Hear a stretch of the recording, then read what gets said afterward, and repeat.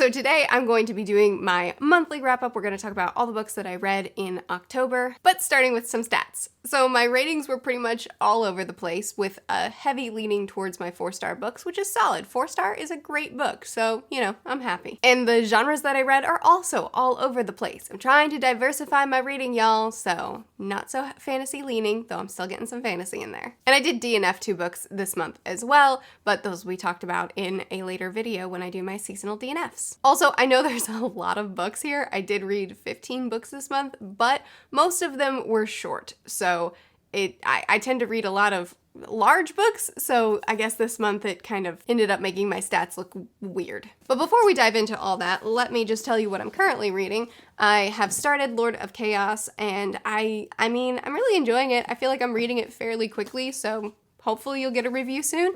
And I've also started Harry Potter Book 3. I'm pretty early on with both of these, but, you know, I'm having a good time. So as always, we're starting with my lowest rated book, working our way all the way up to the top. I will have affiliate links for every book that I talk about in the description of this video, so if you want to jump around, or if you're interested in any of these books and want to check them out, just click the description. So starting out with a book I narrated this month, it's called Spirit of the Fox, and it is a thriller. And because it's a thriller, I'm going to keep my review of it very concise, but I did write a more spoilery review over on Goodreads, and I kept my spoiler section very vague still, so that it's more information than the average person would want to know, but still not a big spoiler. So if you just want to know a little bit more, you can click on the spoilers on my Goodreads, but it won't actually spoil the plot of the story. Anyway, Spirit of the Fox. I do have a video already where I discuss this, audiobooks I narrated this month. I'll link it in the corner as well as down in the description.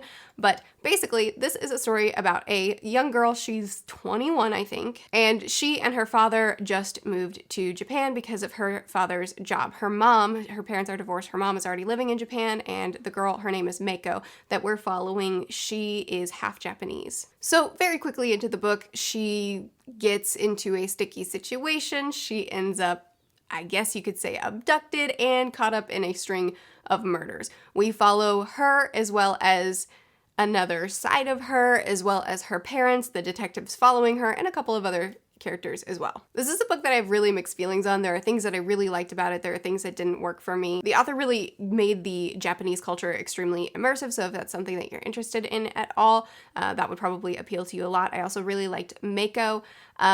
This is one of those books where the characters are written as very intelligent people, but they make really unintelligent choices a lot. And so that was one of the things that kind of hindered my enjoyment a little bit. And there are a couple of other elements that didn't exactly work for me, but I really don't want to go too deep into them because a thriller is a book that a lot of people don't want to know a lot going into. So if you want some mildly spoilery, but not big spoiler, more information, just check out my Goodreads review. Next on the list is going to be Recursion. So this is a Blake Crouch book. I read Dark Matter last month, and Dark Matter I gave 5 stars, and this bad boy I gave 3 stars. 3 stars is still a fine rating. It's middle of the rating scale, middle of the road, solid book, just not great in my opinion. Once again, it's a thriller, so how much information do you need? There is this epidemic that's happening where people have false memories, and they wake up one day and then they have 2 lives essentially. They had a child and a career and a husband or a spouse and a family, and then suddenly they realize that none of that was real. All of these detailed, intricate memories of their life are gone. We're following people who are very involved in this, in solving or being involved in this epidemic. Is it appropriate for me to say what theme is in this book? I don't think I will. I think I'll leave it there, and then all I'll say is that the reason this book didn't work for me, 2 reasons. One, I don't think Blake Crouch's character work is great. I think that he did a lot better in this book than he did in Dark Matter as far as giving his characters more layers and depth, but still, I do think it's something that he's lacking in. And then the other thing, and the major thing that made my enjoyment level not very high in this book, is just the fact that this book is so similar to Dark Matter. As far as the main theme, the main thing that we're exploring in this book, it really just felt like he took what he did in Dark Matter and he explored it in a little bit different way. Like, he's exploring the same thing, but what if it went this way this time? And that was disappointing for me. Authors can write whatever they want. So if he wants to do that, if he wants to re-explore the same idea in a different way, then more power to him. But for me as a reader, especially having just read Dark Matter so recently, I didn't really want to explore the same thing in a different way. I wanted to explore something new. I would say that if you read these books more spaced out than I did, or if you read Recursion first, then your enjoyment would likely be very different than mine. But just having read them so close together and them being so similar, I found myself disappointed. Next book is The Stone Sky. So, okay, this is the third book in the Broken Earth trilogy. Book 1, I gave 5 stars, and I genuinely believed that this was going to end up being one of my new favorite series. It was going to make the list. Book 2 was a disappointment to me. I felt like it was a bridge book. I felt like there was a lot of info dump, not much going on. Only one of the 2 perspectives was interesting at all, and I felt disappointed by book 2, gave it 3 stars. Now we're on to book 3, and I felt very similar to book 2. In general, I think that book 1 had an element to it that made it so engaging as a reader, and when that element was solved and resolved in book 1, it took away a lot of the intrigue for me in this series. I still think that the world is masterfully built and extremely interesting, and elements of the plot are still mildly interesting, and the characters are still very deep, but as far as intrigue in what's happening in the story, I just didn't really have it in the last 2 books. N.K. Jemisin's writing is beautiful, her character work is very well done, her world building is phenomenal. I just really didn't enjoy books 2 or 3 nearly as much as book 1, and that's a bummer for me. On to the 4-star books. So, first, we will talk about a nonfiction, Smart Money, Smart Kids. So Dave Ramsey is a financial advisor guy. He has been very, very poor. He's been bankrupt. He's had a lot of money, and then he's been poor again, and then he's had a lot of money again. He's been through the system. He's been through the process, and he has a radio show and books that kind of help people get out of debt and get into financial freedom. And Corey listens to Dave Ramsey a lot. So Smart Money, Smart Kids is written by Dave and his daughter, and the purpose is to raise your kids to have good financial principles so that they can hopefully avoid some of the pitfalls that maybe we have experienced. Corey and I have been listening to this together when we go on car rides together. We have this playing, and it was a really good book. With any nonfiction, you're not going to agree with everything that they say. We probably won't put into practice everything that Dave Ramsey teaches, but we feel like there were a lot of good nuggets in here, and I enjoyed it, and I recommend it. Next book is Tunnel of Bones, which is the sequel to City of Ghosts by V.E. Schwab, or Victoria Schwab. I don't really know. So this is a middle grade horror novel. It's about a girl and her best friend who happens to be a ghost, and as they're traveling haunted places with her family who happen to be ghost hunters, but they're not very good at it. This middle grade series is spooky, like a cute kind of spooky, and I don't know, I just really enjoy it. I think it's really fun. I've had a really good time with both books 1 and 2. A lot of people say that they don't like book 2 nearly as much as 1, but I liked them the same amount. I thought that they were both great. I don't know how many books are going to be in the series, but I am going to continue reading it because I'm very intrigued with what's going to happen next, and they're just really fast, fun, sweet stories. I like them. Next is Turn of the Screw, which has already been in a wrap-up. I did a classics wrap-up. I'll link it in the corner and down in the description. This is a book that's really hard for me to rate and really hard for me. I don't even know if I'm going to put it on Goodreads, honestly, because I really want to reread it.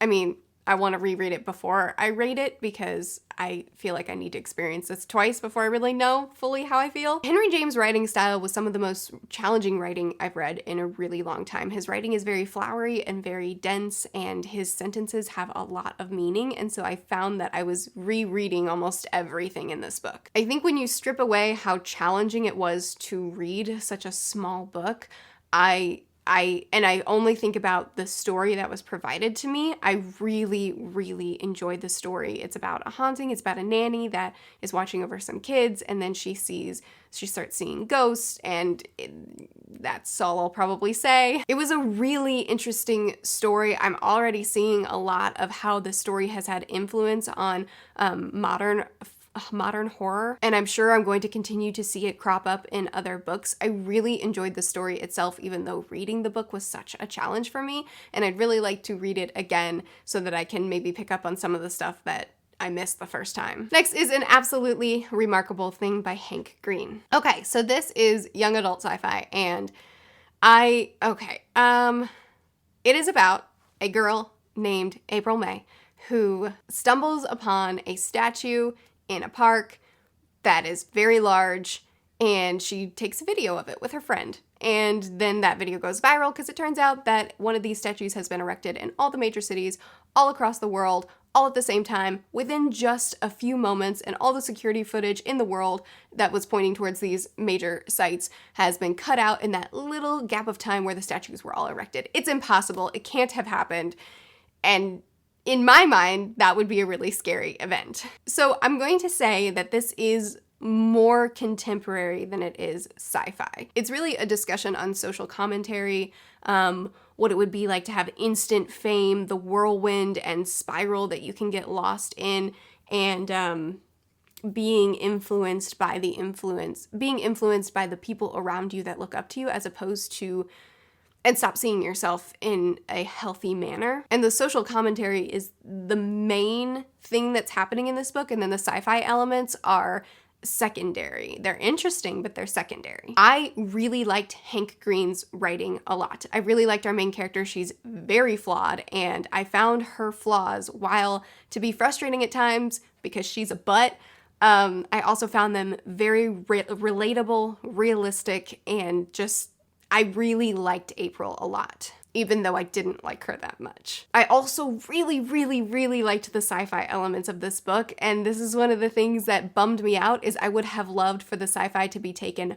so much farther, and I would have loved for I liked the social commentary. I thought it was well done. I thought he did a good job with it. I just would have liked the sci-fi to be the main thing and the social commentary to be the secondary, but that's just not the way this book was. I did kind of feel like people's reactions to these robots, or these statues that look like robots, the way they appeared, I did feel like people weren't quite reacting the way society would have reacted. I feel like they maybe would have like checked it out to make sure that, what's going on? Why is it here? Is it safe? In general, I really enjoyed this. It did lose me a little bit in the middle. I would have liked a few less chapters near the middle, but the ending I found very satisfying, and it was a great cliffhanger, and I'm very curious to see where Hank takes it in book 2. Next book is another one that I have already reviewed in my classics wrap-up. It's called North and South. This is a classic romance novel, very similar to Pride and Prejudice, and I loved it. The way the romance kind of sets up and plays out in the fact that the characters are so flawed, and then they have to work through their flaws, and working through their flaws is what kind of brings them together, as well as the dynamics of the family and the people around them. These are the things that reminded me a lot of Pride and Prejudice, and I love Pride and Prejudice, so I really enjoyed reading a similar story that went in a really different direction. The thing that won me over the most, even though it was a really, really enjoyable read, I loved reading this book, but the thing that won me over the most was the ending, because it did something different than I've ever seen done in a classic romance, and I'm going to attempt to have a spoiler section in my Goodreads review so that I can kind of elaborate on that a little bit, but I loved the way this book ended. I loved that this author, Elizabeth Gaskell, took it in a direction that I haven't seen before, and I thought that it was so romantic, the direction that she took it. It did have a very abrupt ending. I would have loved a couple more chapters, but other than that, it was a great book. Next is Howl's Moving Castle. So I don't know if this is middle grade or YA. People have given me mixed. So this is, I've never watched the movie. This is my first time reading the book, and I buddy read this over on Caravan, and I really loved it. I really liked Sophie a lot, and I loved Howl. He was this weird, nonchalant about who he was. It's hard. He's viewed as a villain, and he's really cool with it. He's just like, yeah, whatever, I do what I do. And I just really liked his attitude a lot. He's also wildly full of himself, which was really funny to watch. I'm gonna skip the summary because I feel like most people know what this is about, even though I totally didn't when I went into it, but it's a really whimsical, childlike, kind of almost Alice in Wonderland-esque, sort of nonsensical sort of writing style, which I happen to really love. And I loved the way this book concluded. I loved the characters. I really enjoyed the overall journey and everything that we discovered about the castle and about the magic of this world along the way. But then the conclusion was so cute and sweet and exciting, and I just really, really enjoyed it, and I am dying to get my hands on a copy of the movie, but I cannot find it anywhere, so maybe someday, but I would love to watch it as well. Next is The Troop, which is an adult horror. It is body horror, which means that it's gory and gross and really leans into the gross elements of this book. Okay, so this is about a group of kids, Boy Scouts, who kind of they're on an island in the middle of an infection that's broken out. The infection is involving bugs that get into your body and then hatch a whole lot of eggs and basically take you over, eat you from the inside out until it's gross. And it's great. I personally am not bothered by body horror. I don't mind gore, but I have talked to multiple people that have read this that have said that it's some of the grossest stuff that they've ever read, so I guess know that going in. If you are bothered by that, this book may not be for you. There's also 2 that I remember, scenes that are pretty brutal involving animal brutality, but I personally loved the way the author wrote these insects and the way they were inside of people's bodies. I also really loved the tension he wrote amongst the group as things started getting scary for the group. It was a pretty slow start for me where the gore started right away, which was, I liked the way it was written, but the story didn't really get good until deeper into the book. But then once it got good, I was on the edge of my seat and I loved it. To me, this book is less scary and more just gross. So, that's, I guess you could know that going in. But I really enjoyed it. I thought it was a great book and I had a good time. Next is The Naked Sun by Isaac Asimov. So this is a sci-fi novel. It's the second book in his, robot detective series. I guess I don't know what the series is called, but it's this detective guy that tries to solve mysteries, and he has a robot companion who helps him out. This book, they go to another planet, and so we actually get a lot of world building because we get a lot of seeing how other species and societies function and the way they view Earthlings, along with the mystery that's going on. I personally don't tend to love detective mysteries. I just don't like watching a detective problem solve and conduct interviews and, figure out what's going on. For whatever reason, that doesn't interest me. But Asimov made me love it. Not because of the detective element, but because of everything else. Exploring this different world was fascinating to me. I love the way Asimov builds different creatures, different species, and the way he does his AIs. I talked about this a lot in my classics wrap-up, so I'll keep it really concise. I love the things that Asimov does so well. It appeals to me so much that even if he's writing in a genre that I don't tend to love, I still love the book. Next, the next 2 books I'm going to talk about are both books that I narrated. So again, I'm going to keep it fairly concise because I've already talked about them. I have Who Do You Say That I Am, which is a Christian nonfiction, and it's about identity in God. I really enjoyed this book. I think that this author did an amazing job. He had a lot of little nuggets that had me thinking. So very good book. If you are interested in Christian nonfiction at all, I highly recommend this one. And then the other book that I narrated is On Luna Time 2. What's it called? In Light of Luna. So the first book is On Luna Time. It is a time travel romance with an emphasis on family. I loved it, even though it's not a genre that I tend to lean towards. The intricacies of the family dynamics, traveling and getting to know your family through these journals and falling in love in the wrong time, all of these things, I thought that the author did the perfect job of making it complex enough